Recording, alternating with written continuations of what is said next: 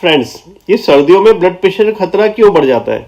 Heart attack आने के chances सर्दियों में ही क्यों बढ़ जाते हैं? दरअसल जब ठंड पड़ती है तो हमारे शरीर में सर्दी बचाने के लिए हमारे ब्लड वेसल्स सिकुड़ जाती है। इसे कहते हैं वैसो कॉन्स्ट्रिक्शन। यानी कि वैसो कॉन्स्ट्रिक्शन होने की वजह से थर्मोडायनामिक्स के हिसाब से ये शरीर से गर्मी बाहर न जाए, इसलिए ब्लड वेसल सिकुड़ जाती है और ये सिकुड़ने की वजह से हमारा ब्लड प्रेशर बढ़ने लग जाता है।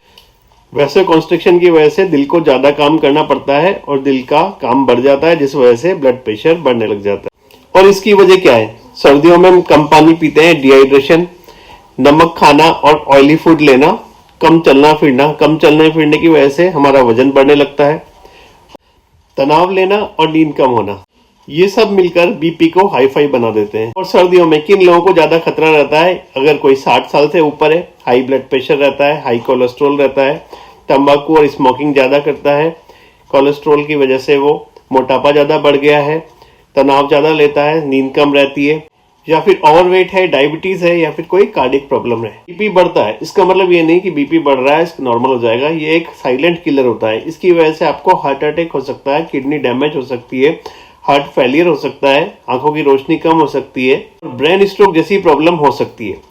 अगर बीपी कम करना है सर्दियों में तो हमें कुछ चीजें हैं जो हमारी लाइफस्टाइल को चेंज करना जरूरी है। यानी कि अपन को हाइड्रेशन रखनी है, पानी पूरा का पूरा पीना है, पानी कम नहीं करना है, नमक और ऑयली चीजों का कम यूज करना है, हल्की हल्की वॉक करनी है, वॉक करना नहीं छोड़ना है, नियमित रूप से एक्सरसाइज करना है, स्ट्रेस लेना कम करें, नींद पूरी लें, योगा वगैरह करें। और जिन लोगों की बीपी और शुगर की मेडिसिन चल रही है वो कंटिन्यू अपनी मेडिसिन लें, मेडिसिन को न छोड़ें। सर्दियों में ब्लड प्रेशर बढ़ना सामान्य है, लेकिन अगर ब्लड प्रेशर बढ़ रहा है तो इसको नजरअंदाज ना करें, क्योंकि अगर आप इसको बचा लेते हैं तो स्ट्रोक, हार्ट अटैक और किडनी डिजीज जैसी समस्याओं से आप बच सकते हैं। अगर आपको ये सब इन्फॉर्मेशन अच्छी लगी तो आप लाइक करिए, सब्सक्राइब करिए और कमेंट्स कीजिए।